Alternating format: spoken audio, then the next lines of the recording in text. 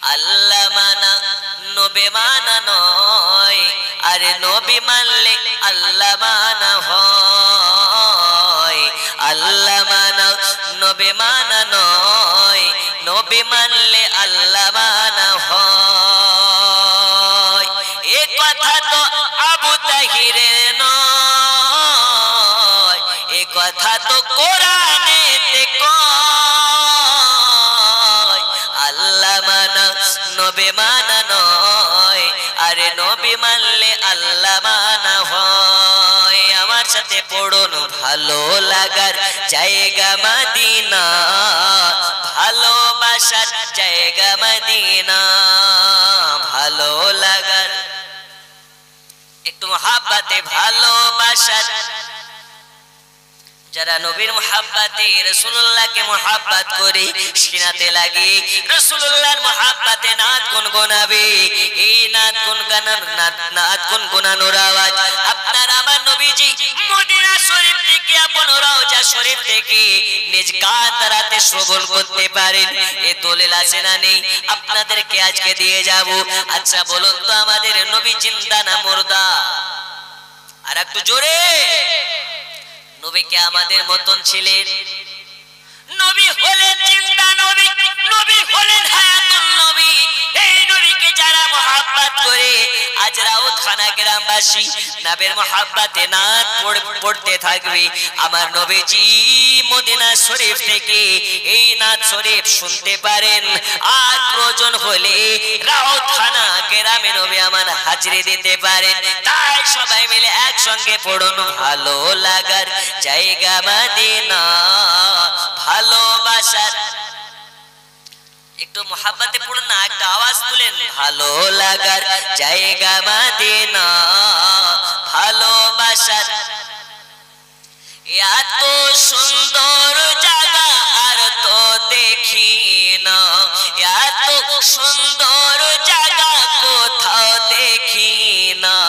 লাগবে তো সাজিয়েছেন দয়াল রব্বানা, ভালো লাগার জায়গা মদিনা, ভালো লাগার জায়গা মদিনা, ভালোবাসার জায়গা মদিনা। জোরে জোরে বলুন সুবহানাল্লাহ। এই বাবা সোনা মানিকেরা, আমি আপনাদেরকে বলতেছিলাম, এই দুনিয়ার বুকে আল্লাহ তাআলা দুইটা জিনিস করা জরুরি বললেন। এক হচ্ছে আল্লাহ পাকের দাসত্ব করা, আর দুই হচ্ছে নবী পাকের মুহাব্বত করা। আল্লাহর দাসত্ব যারা করে নেবে, নবীর মুহাব্বত যারা করে নেবে, এরা কোনোদিন নামাজ পড়া বন্ধ দেবে না। রমজান মাসে পকেটে করে গ্যাসের ওষুধ নিয়ে ঘুরতে পারে না। অনেক বাটপারের দল আছে যারা রমজান মাসে রোজা করে না। ওকে যদি জিজ্ঞেস করা হয়, ভাই আবু তাহির রোজা করেছো নাকি, রোজা আছো, ও ডাইরেক্ট বলতে পারে না, পকেটে হাত ভরে গ্যাসের ওষুধ বের করে দেখায়। আছে না নেই? আপনাদের খানাকুল থানায় নেই, হুগলিতে নেই, মুর্শিদাবাদে এরকম লোকের অভাব নেই। জি এ বাবা আমার সোনা মানিক, শুধু তাই নয়, তাই নয়, তাই নয়, একাত্মবাদ আল্লাহ যারা অনুসারী হয়ে যাবে, একাত্মবাদ আল্লাহ যারা আনুগত্য পোষণকারী হয়ে যাবে, এরা নামাজ বাদ দেবে না, রোজা বাদ দেবে না, হজ বাদ দেবে না। এরা সর্বসময় হকের জন্য লড়াই করতে থাকবে। আজকে আমরা এত এত টাকা ইনকাম করি, এত আমরা মাল দৌলত আমরা উপার্জন করি, আমাদের মধ্যে কিন্তু সুখ নাই, শান্তি নাই। আছে এ বাবা? আছে। আগের মানুষ ঠিক মতন খেতে পায়নি, কিন্তু ওদের সুখ ছিল, শান্তি ছিল। যা ইনকাম করেছে তাতে আল্লাহর অগণিত রহমত ছিল। আমার আল্লাহ তাআলা জানায়, যখন পৃথিবীতে ন্যায় প্রতিষ্ঠা হবে, যে এলাকাতে ন্যায় প্রতিষ্ঠিত হয়ে যাবে, আল্লাহ এত বরকত দেবেন, এত বরকত দেবেন, একটা ডালিম গোটা গ্রামবাসী খেয়ে আপনার কেনা পেট ভরে যাবে। জোরে বলুন সুবহানাল্লাহ। ডালিম একটা, কিন্তু খাবে গোটা গ্রামবাসী, পেট ভরে যাবে, ডালিম বেঁচে যাবে। জোরে বলবেন না কেন? ন্যায় প্রতিষ্ঠিত হলে আল্লাহর অফরন্ত কর বরকত সেই ডালিমের মধ্যে থেকে যাবে। আব্বাজি আমার সোনা মানিকেরা, এখন যদি যাচাই বাছাই করা যায়, হাজারে শতে লক্ষাধিক মানুষে একজন ঈমানওয়ালা পাওয়া মুশকিল হয়ে যাবে। চলুন আপনাকে একটু আগে নিয়ে যাই। পৃথিবীতে আল্লাহ পাক আল্লাহ তাআলা 1 লক্ষ মাতান্তরে 2,24,000 পয়গম্বর পাঠিয়েছেন, নবী পাঠিয়েছেন, রাসূলগণকে পাঠিয়েছেন।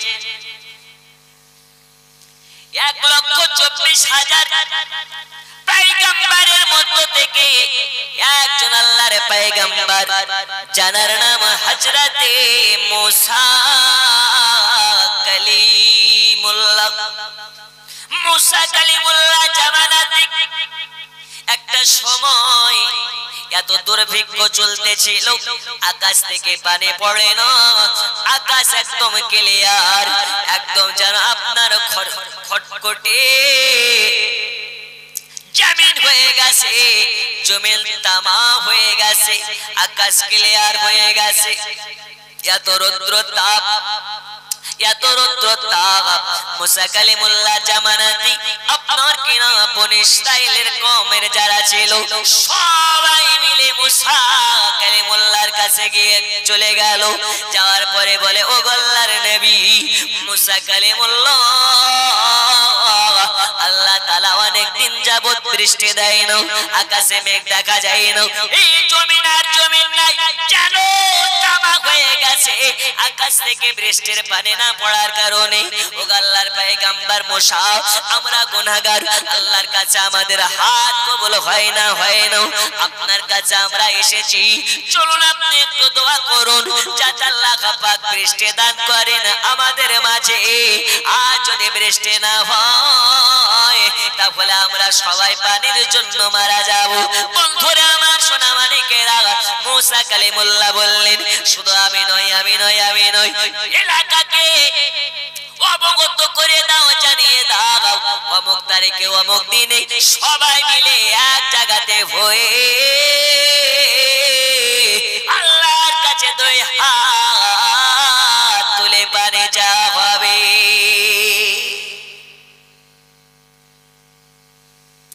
একজন নবী এলান করেছে, একটা দুইটা নয়, 1000 2000 নয়,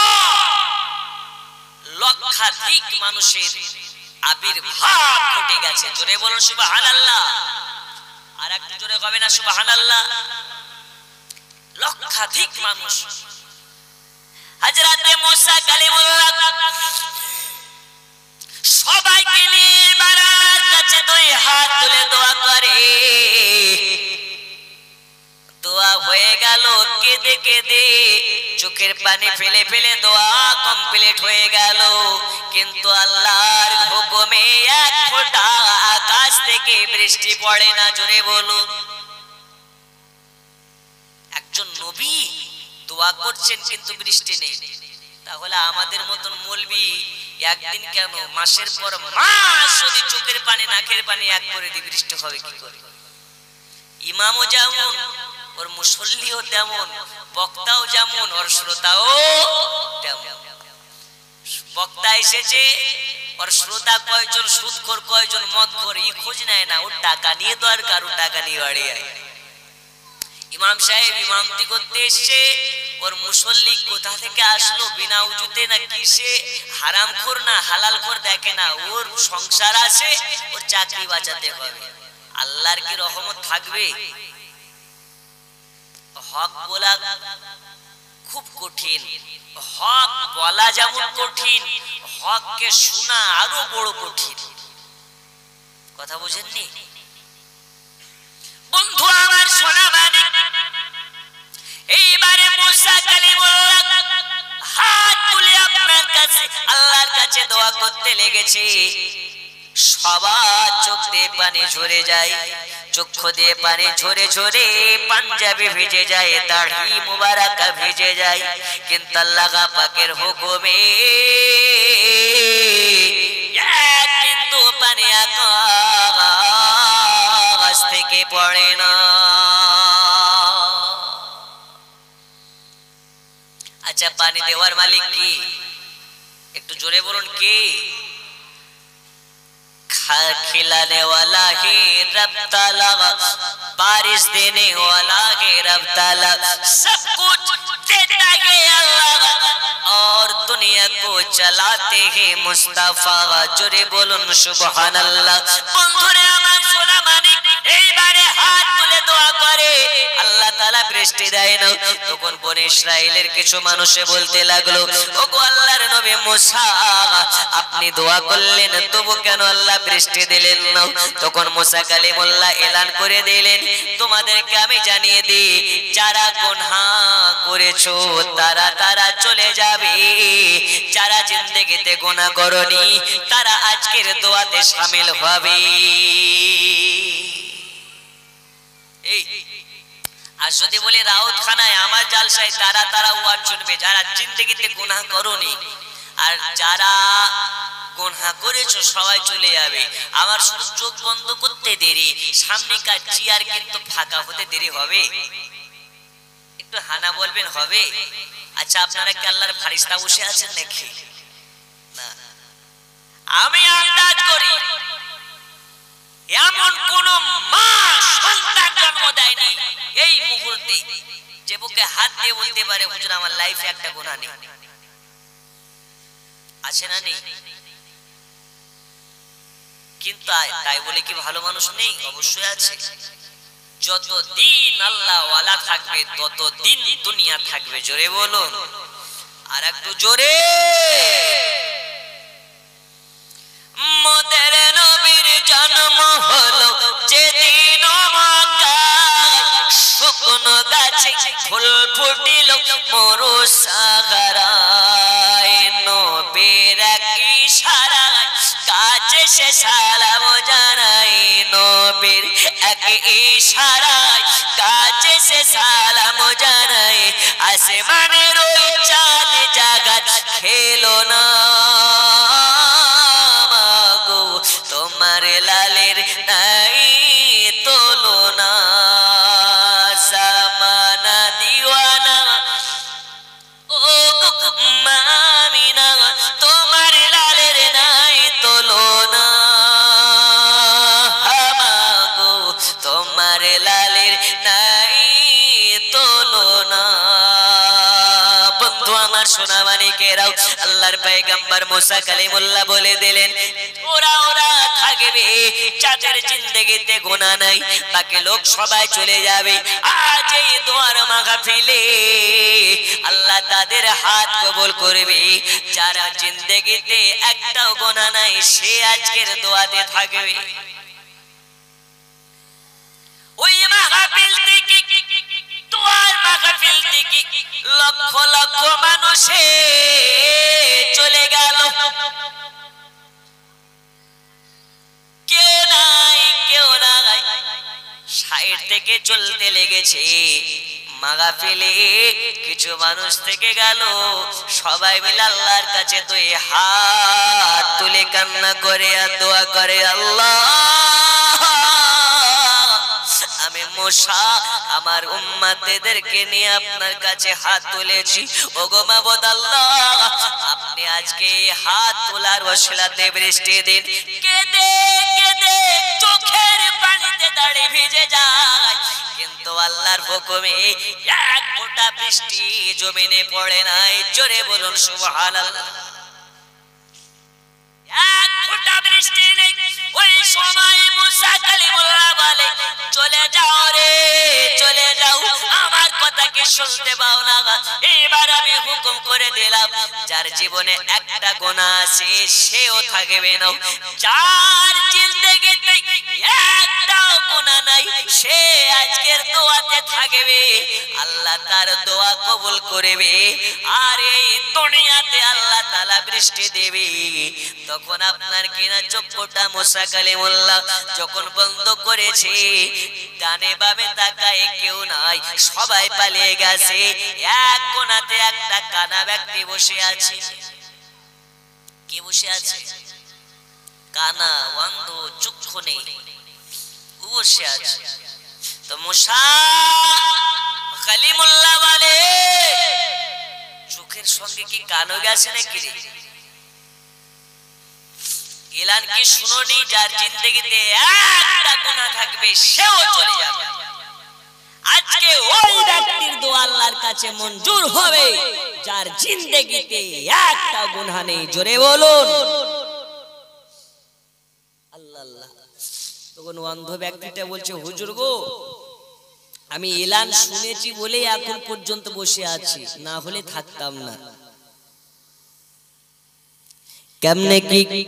মুসা কালিমুল্লাহকে বলতেছে, হুজুর আমার জিন্দেগিতে কোনোদিন আমার জিন্দেগিতে একটা গুনাহ আছে বলে আমার মনে পড়তেছে না। জোরে বলুন সুবহানাল্লাহ। বুকে হাত রেখে কেমনে সাহস নিয়ে বলে, ওগো হুজুর আমার জিন্দেগিতে একটা গুনাহ করেছি, এই রকম কোন নজির নাই। আল্লাহর কাছে আমার শুধুমাত্র একটাই সন্দেহ থেকে গেছে, ওই সন্দেহটা যদি গুনাহ হয় তাহলে আমার জিন্দেগিতে একটা মাত্র গুনাহ আছে, আর আল্লাহর কাছে যদি এটা গুনাহ না হয় তাহলে আমার জিন্দেগিতে একটা মাত্র গুনাহ নেই। জোরে বলুন সুবহানাল্লাহ। সেটা কি? তখন মুসা কালিমুল্লাহ জিজ্ঞেস করলো, ওই গুনাহটা তোমার কি? তখন মুসা কালিমুল্লাহকে বলতেছে, হুজুর শোনেন, আমি একদিন রাস্তা দিয়ে হেঁটে যাচ্ছিলাম। যেতে একটা বাড়ির আন্দার মহলে একটা মহিলা বসে বসে কোনো কাজ করতেছিল, আর ওই বাড়ির সদর দরওয়াজাটা খোলা ছিল, আন্দার মহলে মহিলা ছিল। আমি যেতে মহিলাটা দেখে আমার একটা নজর পড়ে গিয়েছিল। এক নজর পড়ার পরে আবার ওই নজর আবার চলে গেল, আবারও চলে গেল। এরকম ভাবে আন্দার মহলে দেখে আমার নজর যাওয়ার কারণে আমার হুঁশ চলে আসলো। আজকে পরের স্ত্রী না জানি কোন কার স্ত্রী আন্দার মহলে কাজ করতেছে, আর আমার চোখটা বারবার তার দিকে যাচ্ছে। এটা মনে হয় আল্লাহর কাছে জবাব দিতে পারা যাবে না।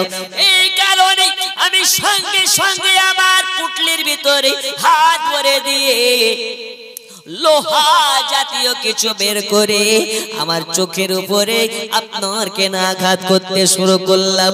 কতক্ষণ পর্যন্ত আঘাত শুরু করলাম, যতক্ষণ পর্যন্ত আমার চক্ষুর জ্যোতি না হারিয়ে গেছে, আমার চোখের আলো যতক্ষণ না হারিয়েছে, আমি নিজে আমার চক্ষুকে কানা বানিয়ে দিলাম হুজুর, যাতে এই চক্ষু আর কোনোদিন গুনাহ না করতে পারে।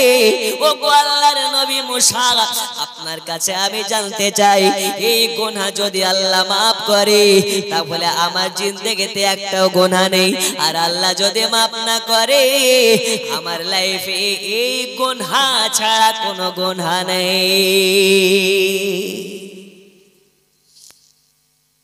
একটু জোরে বলা যাবে না সুবহানাল্লাহ? এমন লোক কি আপনার রাউতখানা গ্রামে আছে নাকি? আছে গো। ও নামাজ পড়তে গেছে, সেজদাতে ইমাম সাহেব সেজদা থেকে উঠে গেছে, কিন্তু ও সেজদাতে ঘুমোচ্ছে। উঠো বলছে, তুই বুঝবি না আমার সেজদা, আমি তো ঘুমোইনি রে, আমার তসবিহ চলতে আছে। আমরা নবীর দেওয়ানা, আমরা নামাজ পড়ি না, আমরা নবীর দেওয়ানা, আমরা সত্য বলি না। মিথ্যা নাকি? এরাই সমাজের নেতা হয়ে জামানা রাখবে না। আল্লাহর হাবিব বলেছেন, জামানাতে যারা মিথ্যুক হবে তারা সমাজের নেতা হবে, জামানায় যারা চোর বাটপার হবে এরা আখেরি জামানায় তারা মানুষের উপর নেতৃত্ব দেবে।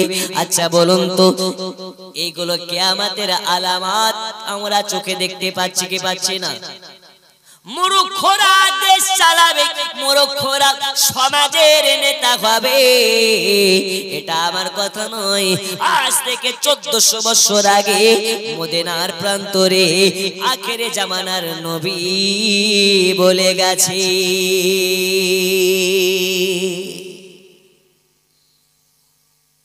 শুধু ভাববেন যারা স্কুলে পড়াশোনা করেনি তারাই মূর্খ নাকি? না, কিছু শিক্ষিত লোক মূর্খ আছে, লেখাপড়া জ্ঞান আছে তারপরেও মূর্খ। যেমন আবু জাহেল, কথা বুঝেননি? আবু জাহেল কম বড় জ্ঞানী ছিল নাকি? আবু জাহেল কম শিক্ষিত নয়, তারপরেও মূর্খ। কেন? সে একজন বাটপার, মিথ্যেবাদী। সমাজে যারা মিথ্যা বলে এদের মতন মূর্খ আল্লাহর এই পৃথিবীতে আর কেউ নেই। এই কথাই কি আপনাদের রাগ হচ্ছে নাকি? কষ্ট হচ্ছে? আপনারা কারা কারা শুনবেন না একটু হাত তুলে দেখান তো। শুনবেন না? শেষ করে দেব। আমি বলেছি কারা কারা শুনবেন না তারা হাত তুলেন।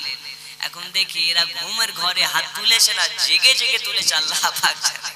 তবে এটা খুব সুন্দর একটা অ্যাক্সিডেন্ট। জি, আল্লাহ আপনাদের হাত তোলাকে কবুল করে নিন, জোরে বলুন আমিন। দেখুন আমি কি বলছি আপনাদের মনোযোগ দিয়ে শুনতে হবে, কেননা রাতের বেলা বলে গেলাম সুদ খাওয়া হারাম। এখন সকাল বেলায় যদি আলোচনা চলে মৌলবি কি পেলি কোথায় রে, তো কেন মৌলবি বলে গেছে দুধ খাওয়া হারাম, এটা কি মানা যাবে নাকি? একটু জোরে বলুন, মানা যাবে? তাই হুজুর সুদ বলে না দুধ বলে, একটু মনোযোগ দেবেন। আর দেখুন সেই লম্বা জার্নি করে মুর্শিদাবাদ থেকে আপনাদের এখানে আসছি। ঘুম থেকে উঠে ভাবলাম রাস্তাতে কোনো হোটেলে খাবার খাবো, কিন্তু আল্লাহ রুজির মালিক কে? আল্লাহ। রুজিতে নেই, আপনার রাউত খানাতে গিয়ে খেতে হবে, আল্লাহ লিখে রেখেছে। রাস্তাতে যেখানে দাঁড়াচ্ছি সেখানেই যাম, যেখানে দাঁড়াচ্ছি সেখানেই যাম। আস্তে আস্তে এই যে লম্বা টাইম, জোহরের টাইমে বেরিয়েছি, ঢুকলাম রাত্রি 11টায়। একভাবে গাড়িতে রাস্তায় দাঁড়িয়ে চা খাওয়ারও সময় হয়নি, এত লম্বা জার্নি করে আওয়াজ ভারী ভারী লাগতেছে, শরীরটা একটু খুবই দুর্বল হয়ে পড়েছে। তবে আপনাদের যদি উৎসাহ না থাকে আমার দ্বারা ওয়াজ করা সম্ভব হবে না। একটু গভীর রজনীতে আল্লাহকে অনুসরণ করে আল্লাহর নাম নিয়ে যারা ডাকবে, আল্লাহ বলছে আমি তাদেরকে 70 বার করে ডাকবো, জোরে বলুন। একটু সবাই মিলে আওয়াজ দেন তো, নারী তাকবীর। আল্লাহু আকবার বলেন, নারী তাকবীর। এই আওয়াজ আসে না শেষ আছে? ফিলিস্তিনের বাচ্চারা যদি আল্লাহু আকবারে ধ্বনি তুলে তো গোটা পৃথিবীর ইহুদিদের বুকে ভূমিকম্প উঠে যায়। হুসাইনে পাক কারবালাতে ৭২ জনকে নিয়ে গেছে, আর ইয়েজিদি দল বল ২২,০০০। কিন্তু হুসাইনের ৭২ জনের মধ্য থেকে বাচ্চারা যদি একবার আওয়াজ তুলেছে তো ২২,০০০ সেনাবাহিনীর বুকে ভূমিকম্প সৃষ্টি হয়ে গেছে। আমরা বললাম ওই মুসলমান একটু হুসাইনি মুসলমানের মতন, ফিলিস্তিনি মুসলমানের মতন আওয়াজ তুলে নারী তাকবীর। পেছনকার গুলো একটু আওয়াজ তুলে নারী তাকবীর, নারী তাকবীর, নারী তাকবীর, নারা রিসালাত, জলসা কমিটি, দ্বীন ইসলাম। আমরা সুন্নি মুসলমান, আল কোরআনের আলো শুধু ঘরে ঘরে না মনে মনে। ঘরে জানলে ঘর আলোকিত হবে, আর মনে জানলে মন আলোকিত হবে। তাই ঘর আলোকিত করার আগে মন আলোকিত করতে হবে। আমার কথা নয়, রাসূলুল্লাহ বলে গেছে।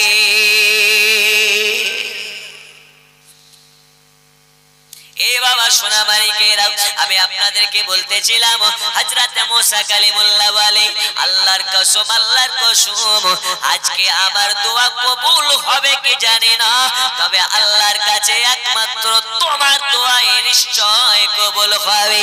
এসো এসো রে, তাড়াতাড়ি আল্লাহর কাছে দোয়া করো। এবার অন্ধ ব্যক্তিকে নিয়ে আল্লাহর নবী মুসা কালিমুল্লাহ হাত যখন তুলে দিয়েছে, আল্লাহ পাকের কাছে হাত তুলে দোয়া করতে শুরু করেছে। দোয়া এখনো কমপ্লিট হয় নাই, দোয়া এখনো সম্পূর্ণ হয় নাই। দোয়া শেষ হওয়ার আগে আল্লাহ বৃষ্টি দিতে লেগেছে। জোরে বলুন সুবহানাল্লাহ। এই জায়গাতে বোঝা যায় লক্ষ লক্ষ মানুষের দরকার নাই, লক্ষ লক্ষ মানুষের মধ্যে থেকে একজন যদি ঈমানওয়ালা বের হয়ে যায়, আল্লাহ তাআলা একজন ঈমানওয়ালার ওয়াসিলাতে লক্ষাধিক মানুষের উপরে রহমত দেয়। জোরে বলুন।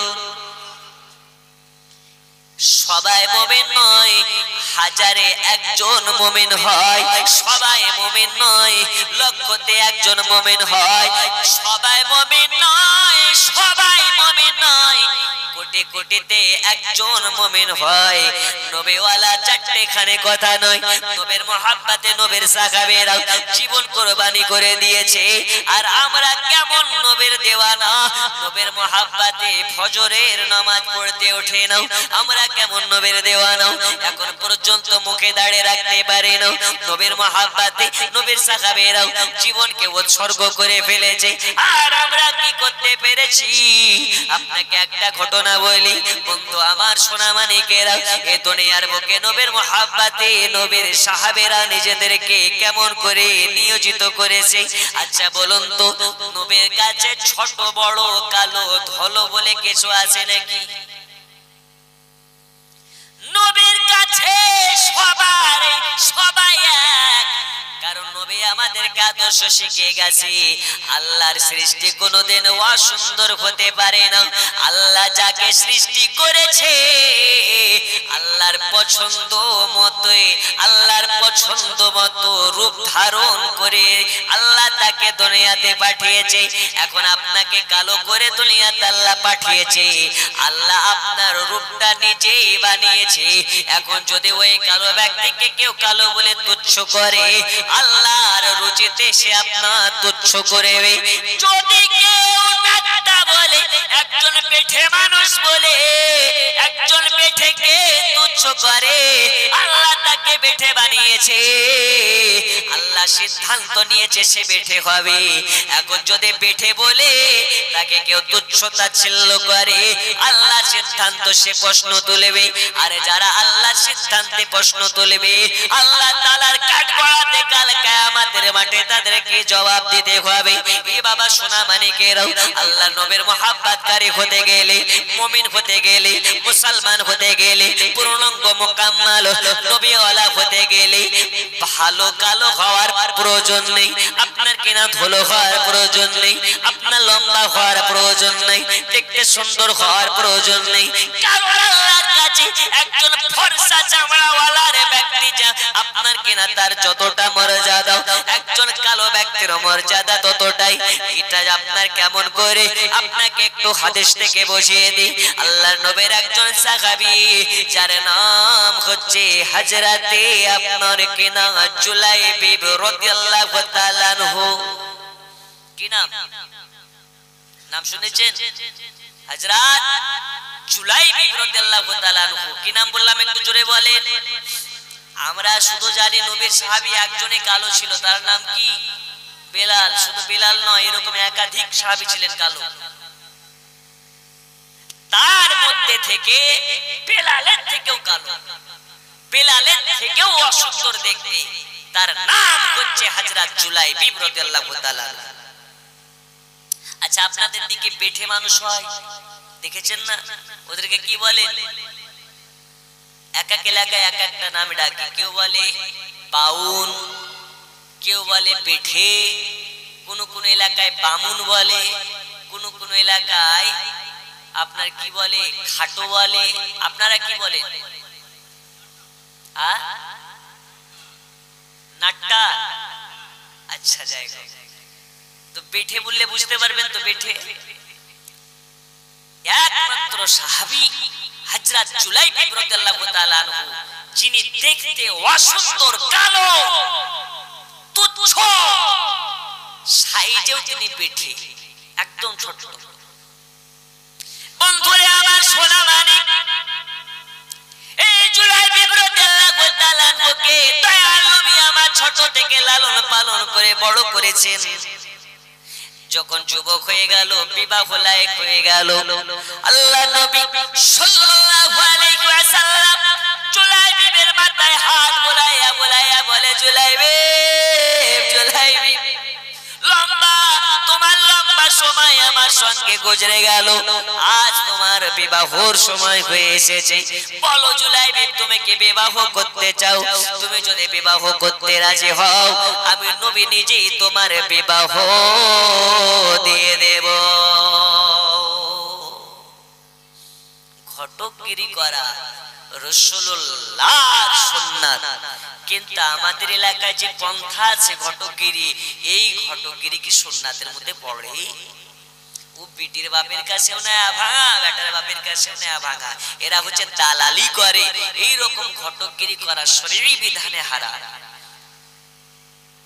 বন্ধুরা আমার সোনা মানিক, যাই হোক আপনাদেরকে বলতেছিলাম, হযরত জুলাইবি রাদিয়াল্লাহু তাআলা চোখের পানি ফেলে আর কান্না করে, ইয়া রাসূলুল্লাহ, ইয়া হাবিবাল্লাহ, নবীজি আমার মতন কালো, আমার মতন একজন অসুন্দর, আমার মতন একজন পেটে মানুষকে মদিনার মেয়েরা বিয়ে করবে?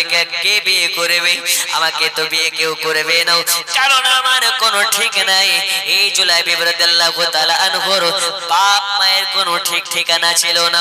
হাজরা জুলাইবি রাদিয়াল্লাহু তাআলা আনহুর বাবাকে, মাকে এই কোনো ঠিকানা ছিল না, কারণ জুলাইবি রাদিয়াল্লাহু তাআলা আনহু বাচ্চা কালে কোনো একটা জায়গা থেকে, বাজার থেকে হারিয়ে গিয়েছিল। বাপকে মাকে জুলাইবির মনে ছিল না, এই কারণে বাপের ঠিক নাই, মায়ের ঠিক নাই, মাকে সে বলতে পারে না, বাবাকে সে বলতে পারে না।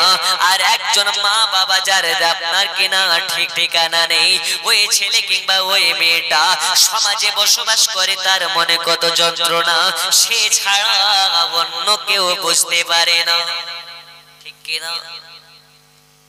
হযরত জুলাইবি রাদিয়াল্লাহু তাআলা আনহু বলেন, ইয়া রাসূলুল্লাহ, ইয়া হাবিবাল্লাহ, নবী গো, আমার মতন সাহাবী, নাকটা বেঠে কালো অসুন্দর সাহাবীকে কে বিবাহ করবে? নবীজি, নবীজি, অর্থ নাই, টাকা নাই, ধন নাই, দৌলত নাই, দেখার মতন সৌন্দর্য নেই, হাইটে লম্বা নই, একদম বেঠে, মা বাবার ঠিক ঠিকানা নেই, আমাকে বিবাহ কেউ করবে না।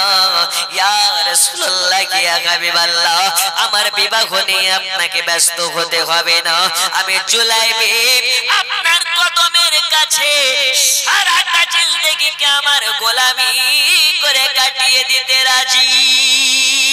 আল্লাহর নবী সাল্লাল্লাহু তাআলা আলাইহি ওয়াসাল্লাম ওই সময়তে বলেছিলেন, এই জুলাইবি, শুনে নাও, শুনে নাও, শুনে নাও, আমি নবী তোমাকে কথা দিলাম, আমি নিজ হাতে তোমার বিবাহটা দিয়ে দেব, আমি তোমার দায়িত্ব নিলাম, আমি তোমার বিবাহটা দিয়ে দেব।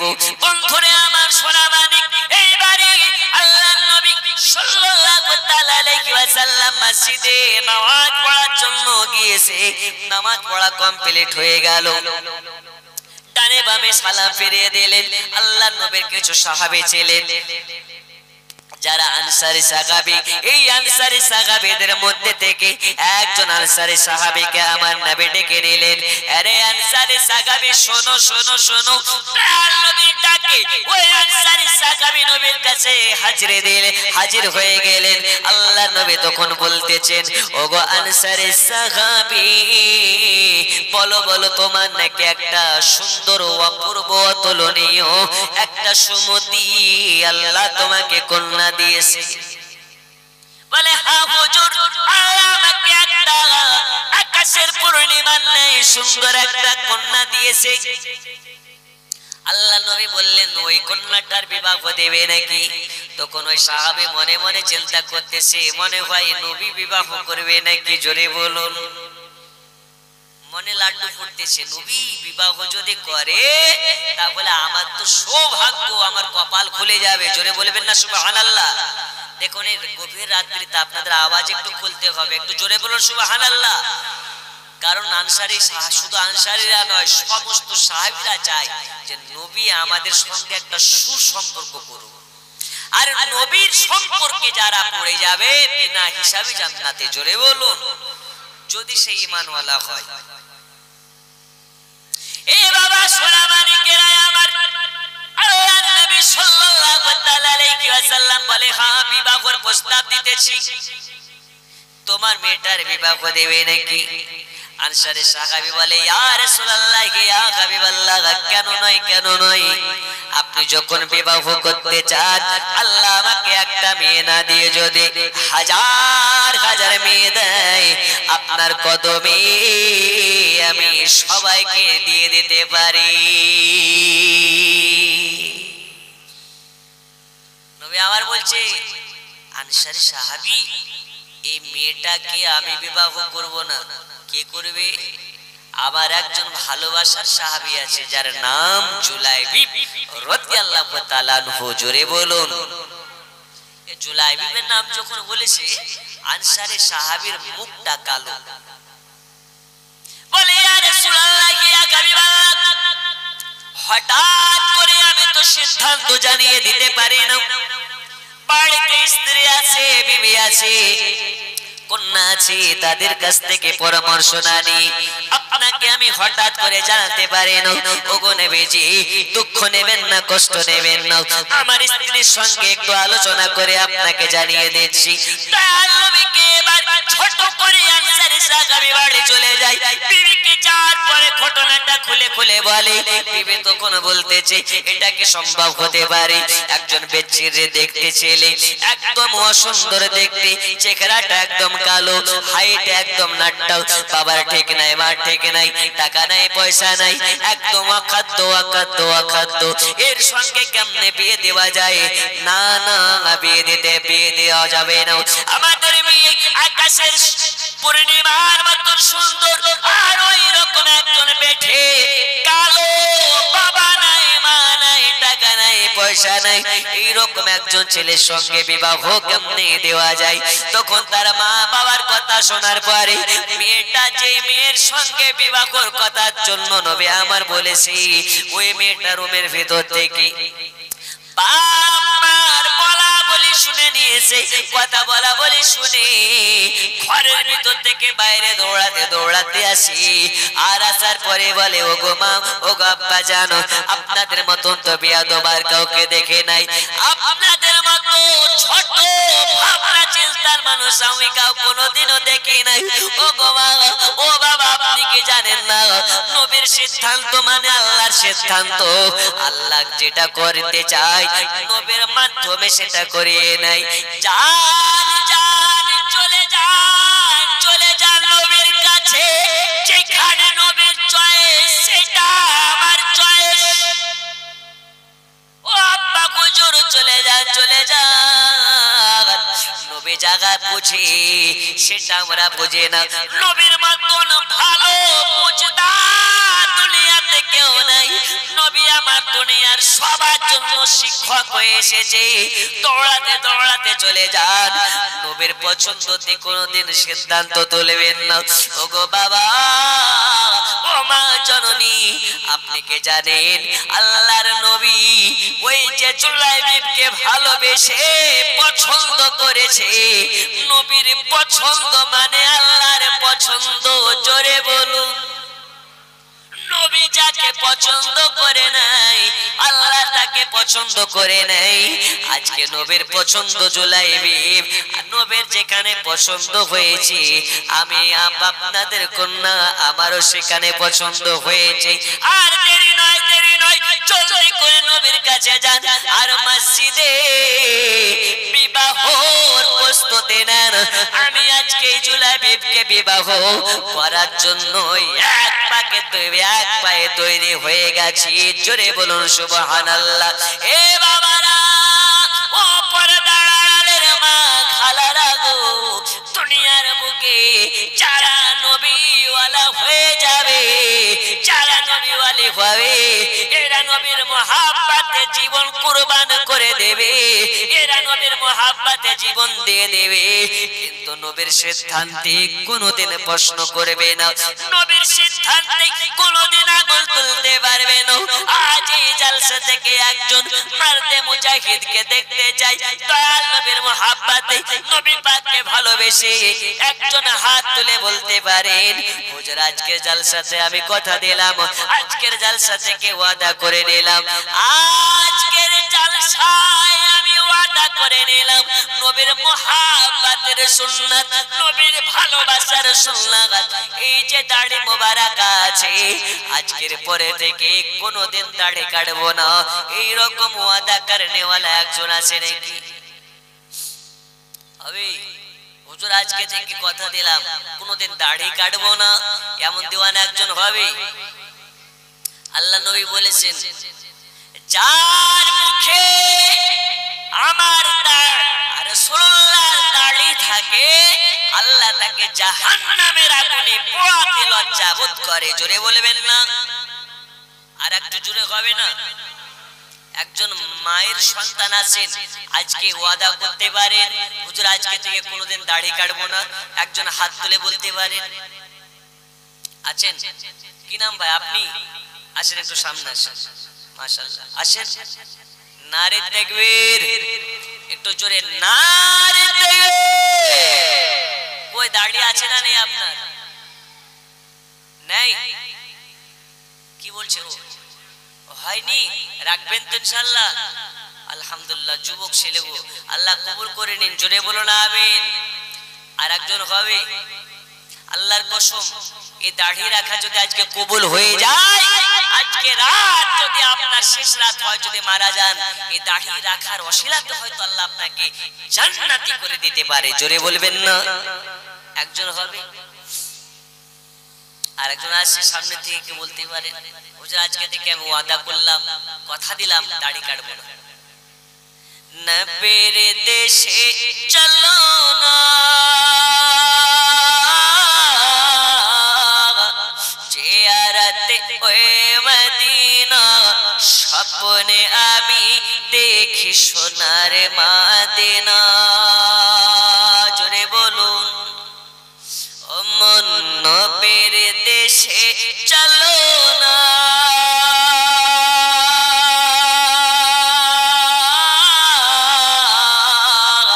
জিয়ারতে ওই মদিনা, স্বপ্নে আমি দেখি সোনার মদিনা।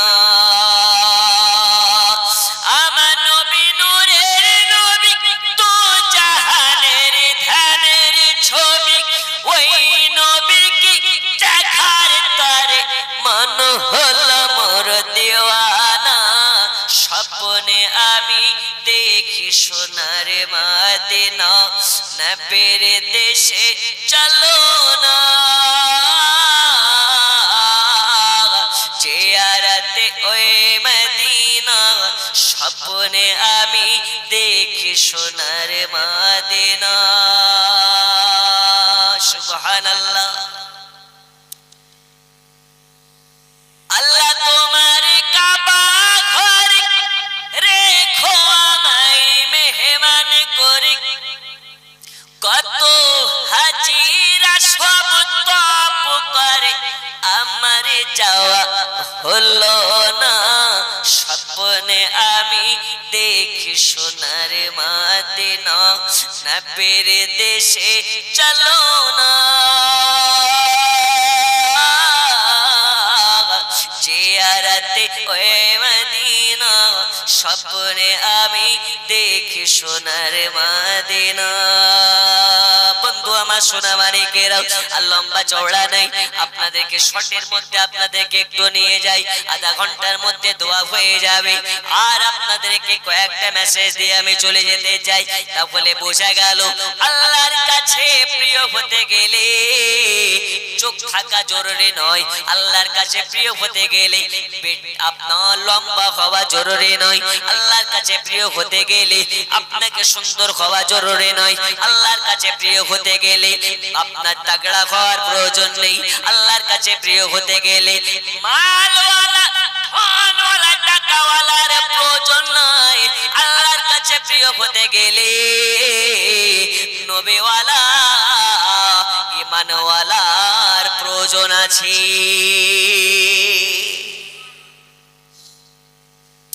ঈমান মজবুত হবে কেমনে? নামাজ পড়লে না ঈমান মজবুত হবে, নবী মুহাব্বত করলে না ঈমান মজবুত হবে। তবে আপনাকে বলি, নামাজ হচ্ছে আমল আর নবী হচ্ছে ঈমান। নবী কি হচ্ছে? ঈমান। নবী ঈমান, নামাজ হলো আমল, নবী হলো ঈমান। রোজা হলো আমল, নবী হলো ঈমান। দুনিয়ার ইবাদত হচ্ছে আমল।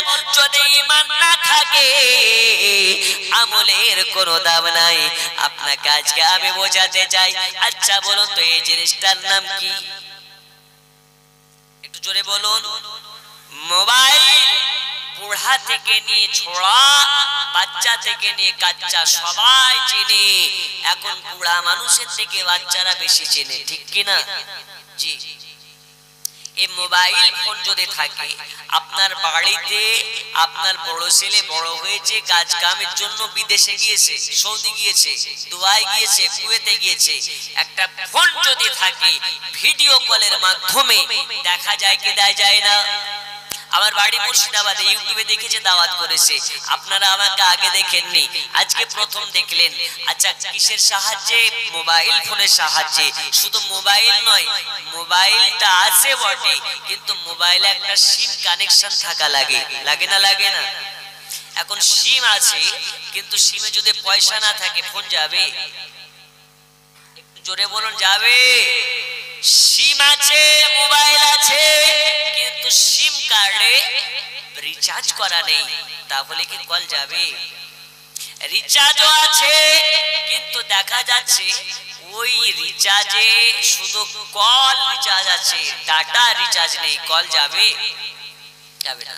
এখন তাও আছে, সবকে ওয়াল ঠিক আছে, সব ঠিক আছে, কিন্তু মোবাইলে যদি চার্জ না থাকে, দেখা যাচ্ছে এলাকায় 2 দিন কারেন্ট নেই, মোবাইলে তাহলে চার্জ নেই। আর চার্জ না থাকলে 1 লক্ষ টাকা দামের ফোন কি অন হবে? ওই ফোনের দাম আছে? দাম নেই। নামাজ, রোজা, হজ, যাকাত সব আছে, কিন্তু ঈমান হচ্ছে নবী। ঠিক মোবাইলের চার্জের মতো, চার্জ যদি না থাকে মোবাইল যেমন অন হবে না, তাই নবীর মুহাব্বত যদি আপনার অন্তরে না থাকে, নামাজ, রোজা, হজ, যাকাত কোনো কিছুই কাজে দেবে না। জোরে বলুন, আর একটু জোরে। একের পাশে যদি একটা শূন্য দিই কত হয়? 10। 10-এর পাশে যদি একটা দিই শূন্য, 100। 100 আপনার 2টার পরে যদি 3টা দিই তো হয়ে যাচ্ছে 1000। যত দিবেন ততই বাড়বে, কিন্তু এক হচ্ছেন আমার নবী, আর জিরোগুলো হচ্ছে সব ইবাদত। জোরে বলুন সুবহানাল্লাহ। এবার দেখা যাচ্ছে এক যদি না লিখেন, শুধু জিরো বসেন, ওই জিরোর কোনো মূল্য আছে? একটু জোরে বলুন, আছে? নেই। এখন শুধু এক লিখে রেখে দিলেন, জিরো বসাচ্ছেন না, তাহলে ওই একটা আছে, কিন্তু জিরো যেহেতু নেই ওর মূল্য কিন্তু বাড়বে না, ঠিক না? ঠিক। তাই নবীর মুহাব্বত জরুরি, নবীর মুহাব্বতের সাথে সাথে ইবাদত জরুরি। অনেকে আছে যারা মনে করে যে সুন্নিরা মানে, সুন্নি মানে, বেরেলি মানে, যারা পীর মানে, ওলি আল্লাহ মানে, এরা হচ্ছে মুশরিক, এরা হচ্ছে বেদাতি। কিন্তু বেদাতি কারা? ওদেরকে যদি জিজ্ঞেস করেন বেদাত কাকে বলে, তো ওরা সাপোজ বলে দেয় বেদাত মানে এটা যেটা নবীর জামানায় ছিল না, নবী যাহা করেনি সেটাই হচ্ছে বেদাত। বলে না? বলে না? বলে। আচ্ছা বলুন তো, নবীর জামানায় মাইক্রোফোন ছিল? একটু হানা বলুন, ছিল? নবীর যুগে এই যে মোবাইল ছিল, নবীর যুগে লাইট ছিল, নবীর যুগে পোল্ট্রি মুরগি ছিল?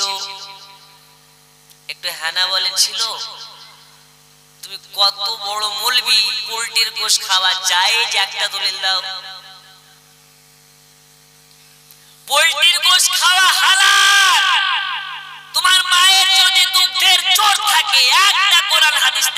দেখাও, কিয়ামত চলে আসবে, ওদের 14 গোষ্ঠীর বাপের দিন না একটা দলিল দিতে পারে।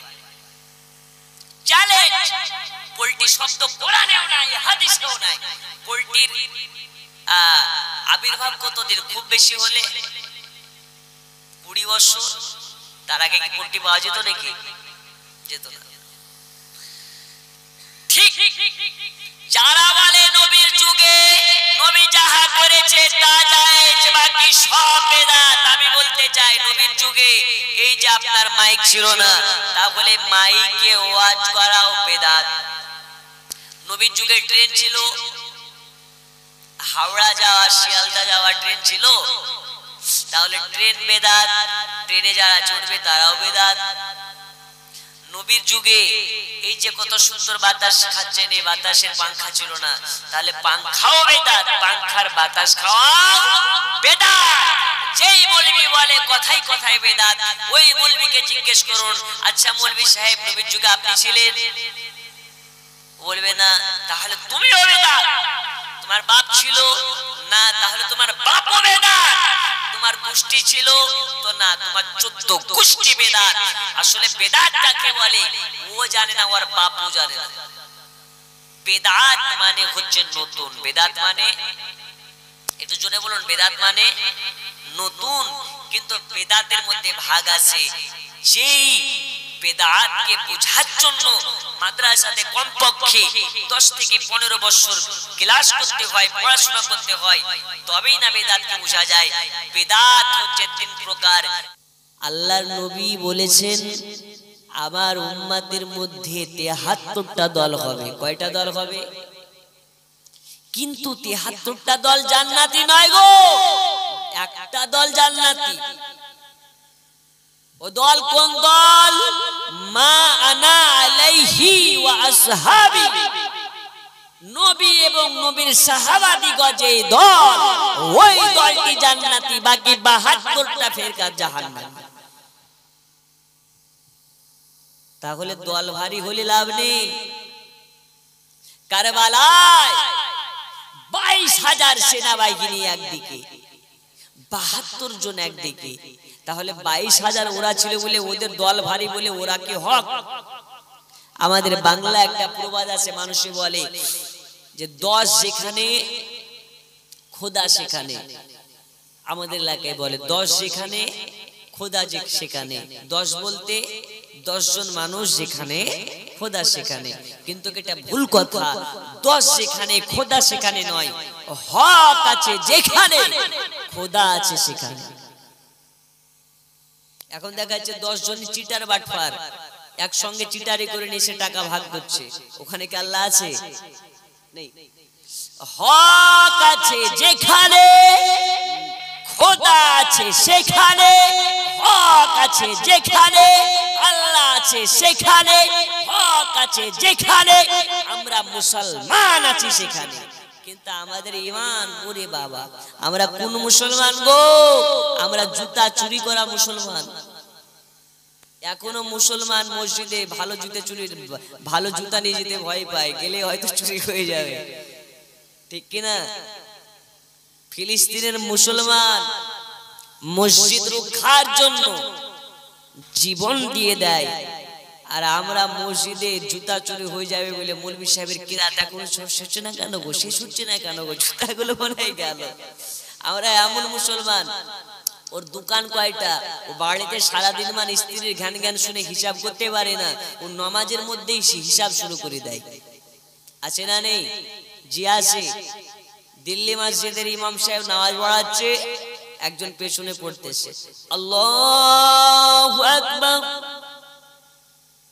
আলহামদুলিল্লাহি রাব্বিল আলামিন রহমানির রহিম মালিকি ইয়াউমিদ্দিন ইয়াকা না'বুদু ওয়া ইয়াকা নাস্তাঈন ইহদিনাস সিরাতাল লাযিনা আন'আমতা আলাইহিম গায়রিল মাগদুবি আলাইহিম ওয়ালাদ-দাল্লিন। চলতে আসে, নামাজ চলতে আসে। নামাজ হয়ে গেল, ইশার নামাজ পড়তেছে, তখন ইমাম সাহেব ডানে বামে সালাম ফেরাচ্ছে, আসসালামু আলাইকুম রাহমাতুল্লাহ, আসসালামু আলাইকুম ওয়া রাহমাতুল্লাহ।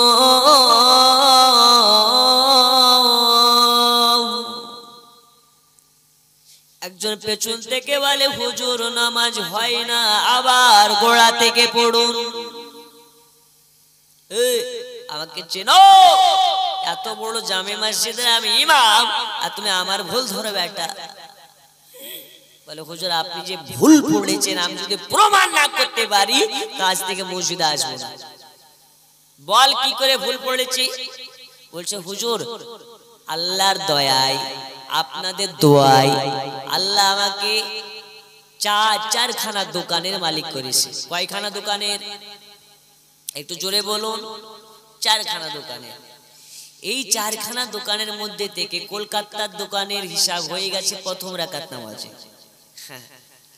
মুম্বাইয়ের দোকানের হিসাব হয়ে গেছে দ্বিতীয় রাকাত নামাজে।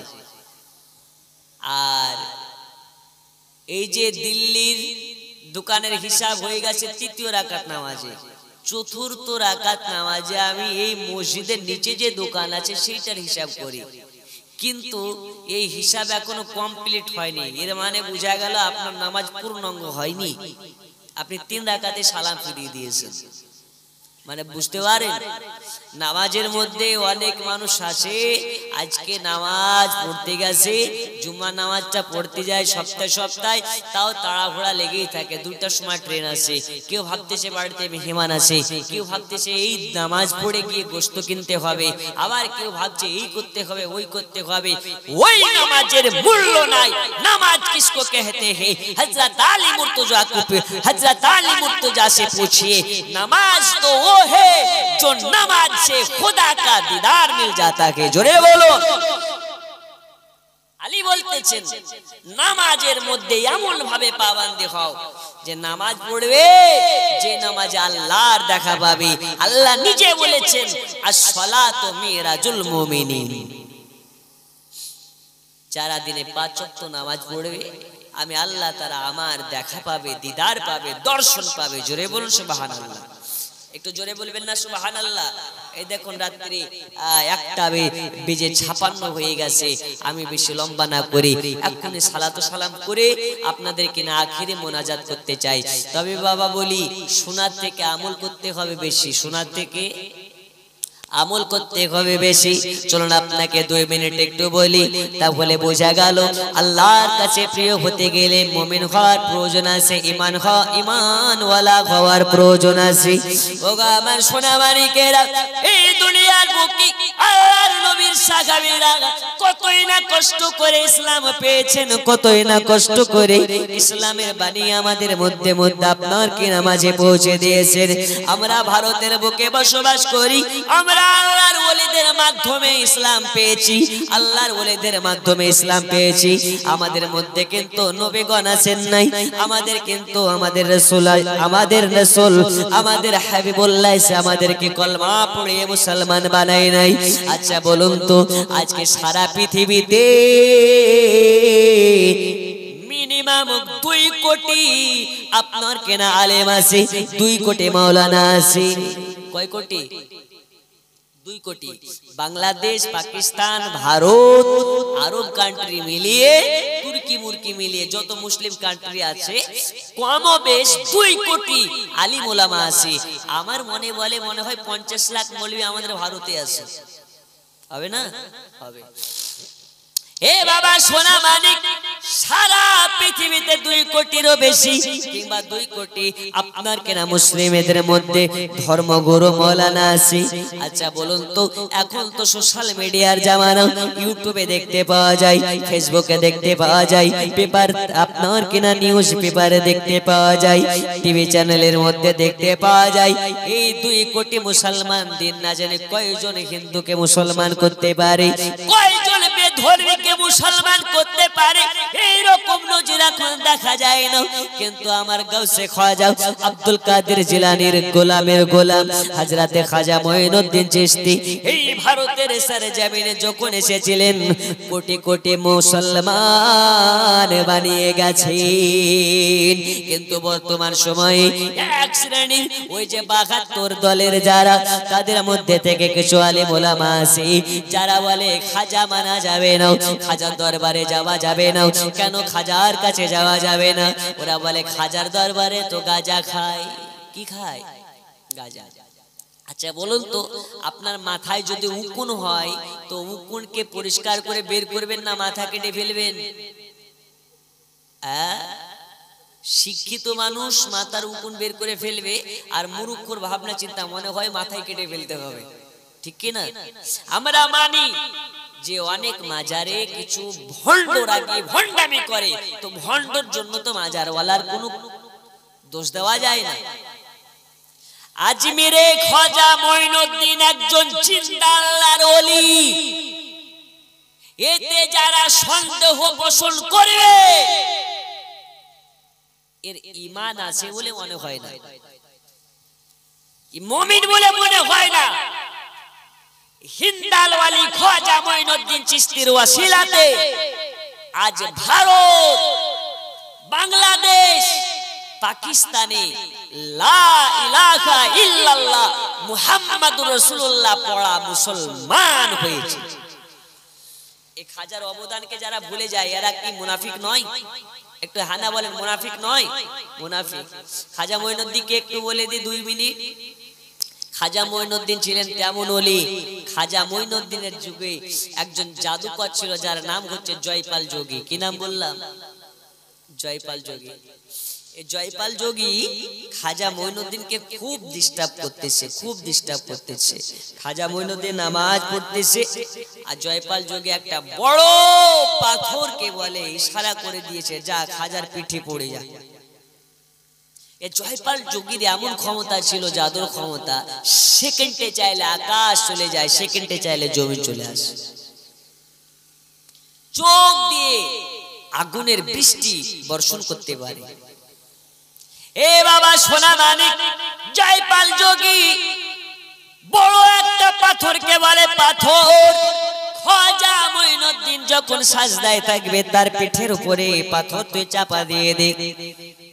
পাথরে এবার যখন চাপা দিতে যাবে খাজা মঈনুদ্দিন চিশতি রাহমাতুল্লাহ আলাইহি পাথরকে বলে, পাথর রে, আল্লাহর হুকুমে যদি আমার পিঠে পড়িস তাহলে পড়ে যা, কোনো সমস্যা নেই।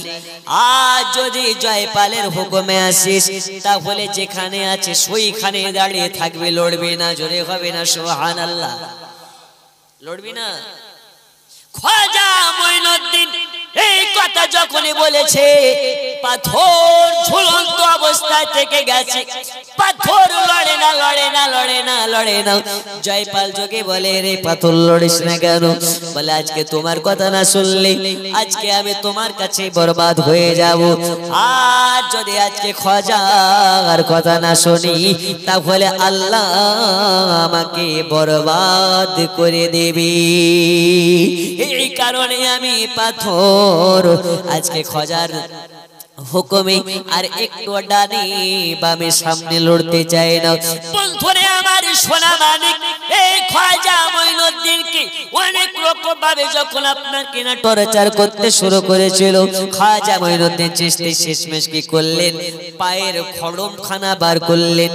আর খড়মখানাকে বলে, খড়ম রে, যা যা যা যা, আজকে এই জয়পাল যোগীকে একটু সোজা করে দে। কি করবে? যা সোজা করে দে।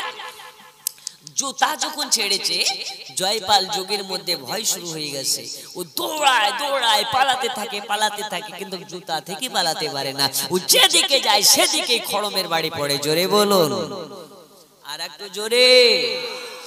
এ বাবা সোনা মানিক, খাজা মঈনুদ্দিন চিশতি জুতাকে হুকুম করে দিল, জুতা যা, এই আজকে জয়পাল যোগীকে সোজা করে দে। আপনার কেন জুতা যখন ছেড়ে দিয়েছে, এই জুতা কারো বাড়ির টালে পড়ে নাই, কারো বাড়ির চালে পড়ে নাই, কারো বাড়ির খাবারের থালে পড়ে নাই, পড়বে তো পরে একবারে গিয়ে জয়পাল যোগীর গালে পড়ে গেছে। আর যখন গালে পড়েছে, এক জুতার বাড়িতে জয়পাল যোগীর মতন জাদুকরের গোটা শরীরে জ্বর চলে এসেছে, ভয়ে কাঁপনে চলে এসেছে।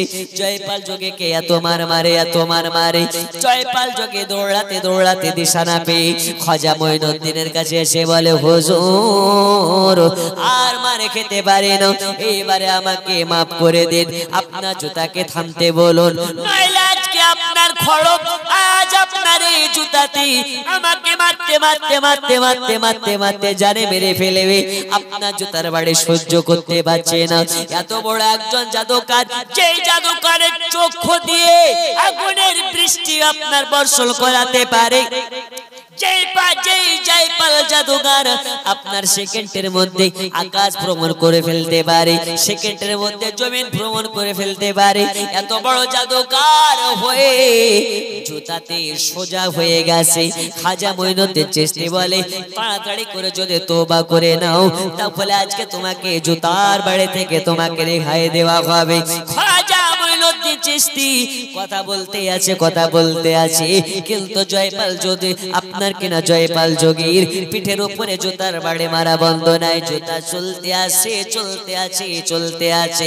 খাজাকে বলে, ও গো খাজা, আর নয় সইতে পারি না, এই যে আমি তওবা করে নিলাম, তওবা করে নিলাম, তাড়াতাড়ি করে আমাকে কলেমা পড়িয়ে মুসলমান বানিয়ে দিন।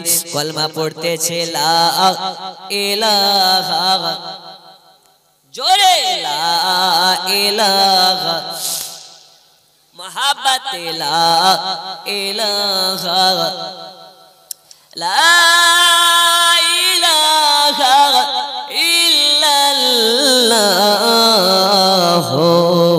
মুহাম্মাদুর রাসূলুল্লাহ।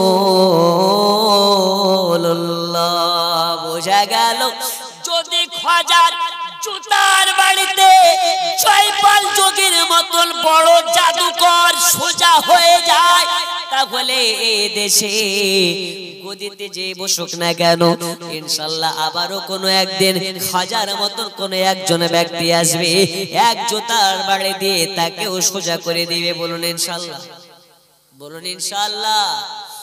अक्ल मानो के लिए इशारा काफी है, रसूलुल्लाह বলে গেছেন, আল্লাহ তাআলা হাবিবুল্লাহকে জানিয়েছেন, ওগো নবীজি আপনার উম্মতিদেরকে জানিয়ে দিন, জামানায় যখন মানুষের ঈমান দুর্বল হয়ে যাবে, ঈমান যখন কমজোরি হয়ে যাবে, আমি আল্লাহ ওই সময় দুনিয়াতে জালিম বাদশাহ আবির্ভাব ঘটাবো। বুকে হাত দিয়ে বলুন তো, আমাদের দেশের বাদশা জালিম না আলিম? এই বলতে ভয় লাগছে? আরো জোরে, জালেম না আলিম?